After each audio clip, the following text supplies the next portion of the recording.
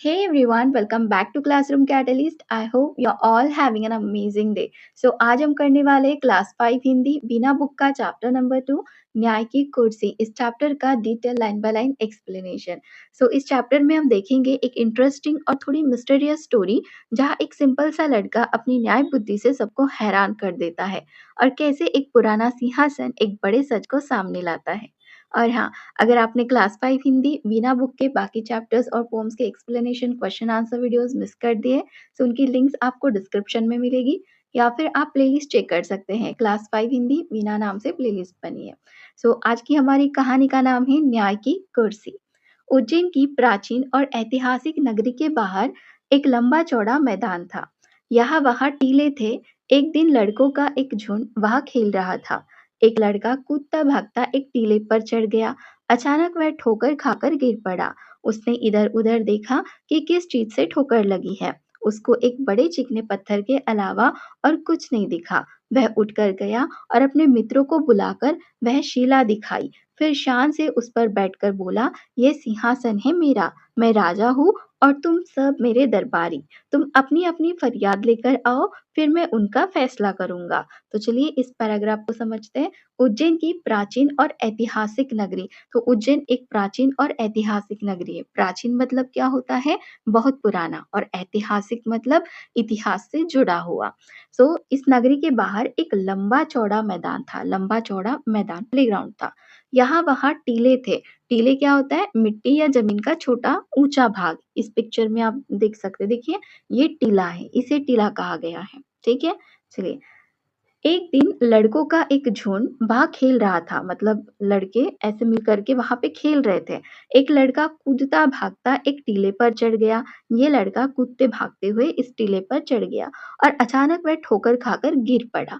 उसने इधर उधर देखा कि किस चीज से ठोकर लगी है। तो उसको एक बड़े चिकने पत्थर के अलावा और कुछ नहीं दिखा। तो फिर ये लड़का इधर उधर देखता है कि उसको ठोकर किस चीज से लगी है, लेकिन उसे एक बड़े चिकने पत्थर के अलावा कुछ दिखता ही नहीं है। फिर वह उठकर गया और अपने सभी फ्रेंड्स को उसने बुलाया और वो शिला दिखाई जिस पर उसको ठोकर लगी थी।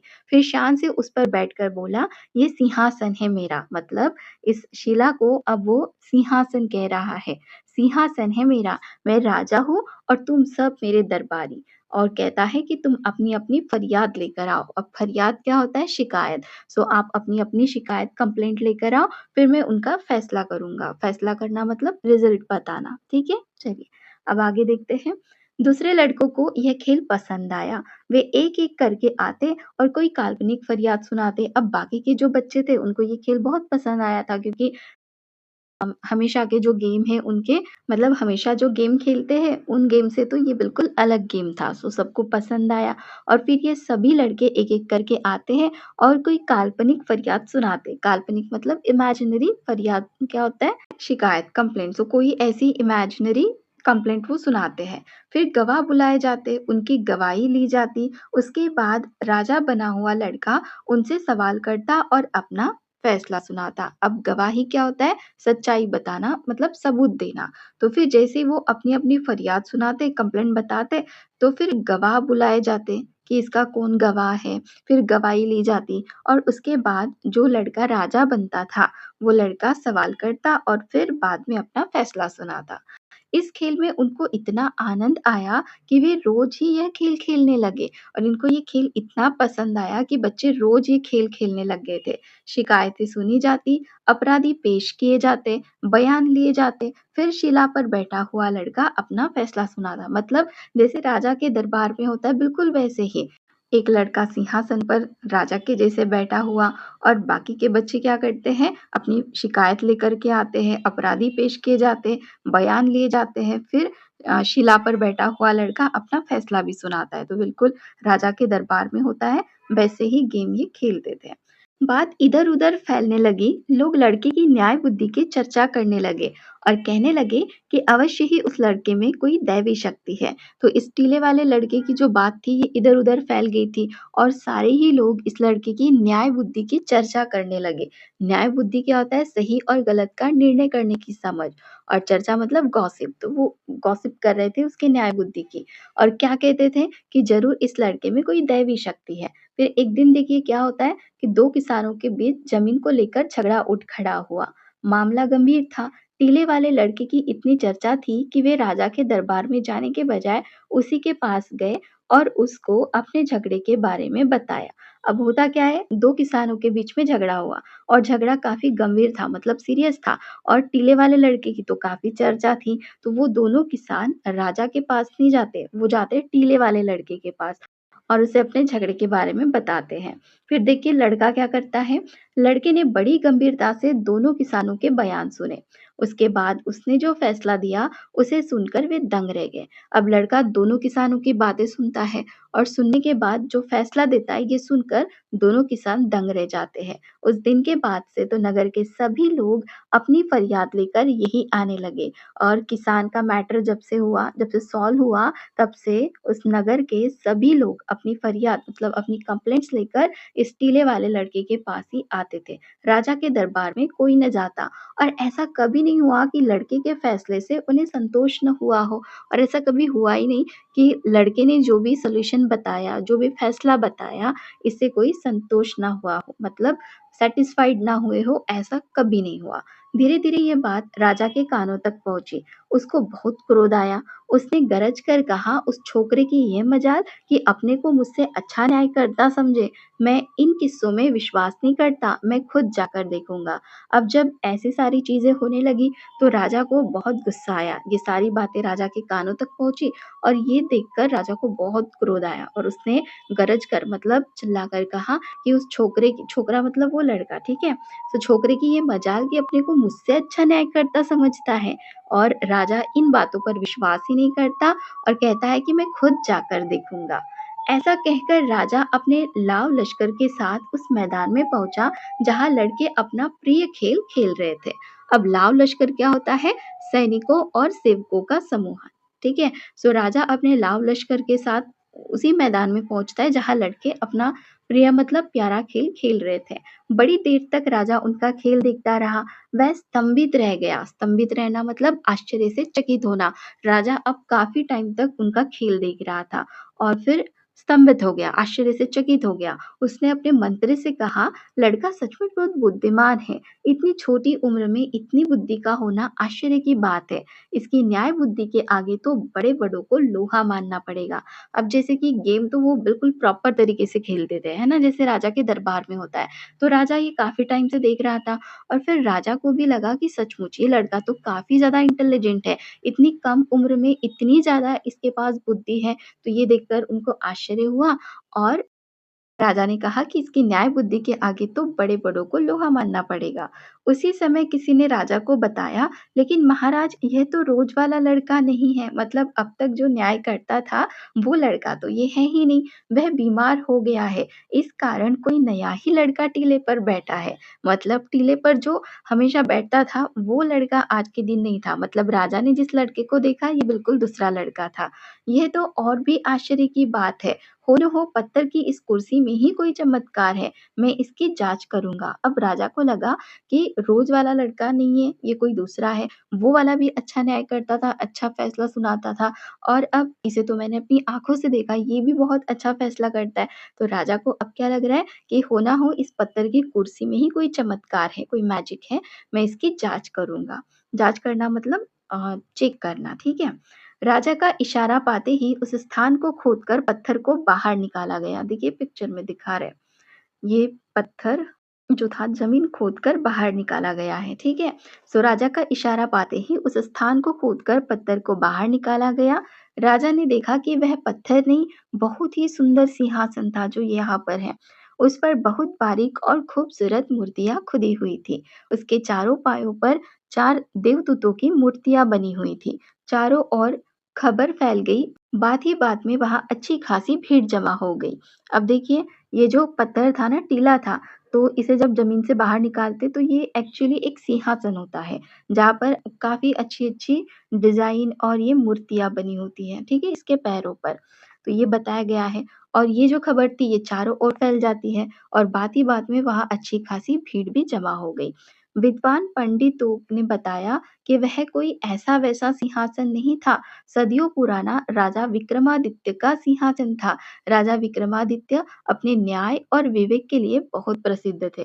तो जब विद्वान पंडित वहाँ पर आते हैं तो उन्होंने क्या बताया कि ये कोई ऐसा-वैसा सिंहासन नहीं था, ये तो सदियों पुराना, बहुत साल पुराना राजा विक्रमादित्य थे ना तो उनके टाइम का ये सिंहासन था। और राजा विक्रमादित्य तो किस चीज़ के लिए फ़ेमस थे? अपने न्याय और विवेक के लिए बहुत प्रसिद्ध थे। इसीलिए मेबी हो सकता है कि जो भी लड़का इस कुर्सी पर बैठता वो अच्छा न्याय करता था क्योंकि ये राजा विक्रमादित्य का है, ठीक है? चलिए, अब आगे देखते हैं। राजा ने आज्ञा दी कि सिंहासन को ले जाकर राज दरबार में रख दिया जाए। उसने कहा, मैं इस पर बैठकर अपनी प्रजा की फरियाद सुनूँगा। अब राजा ने आज्ञा कर दी।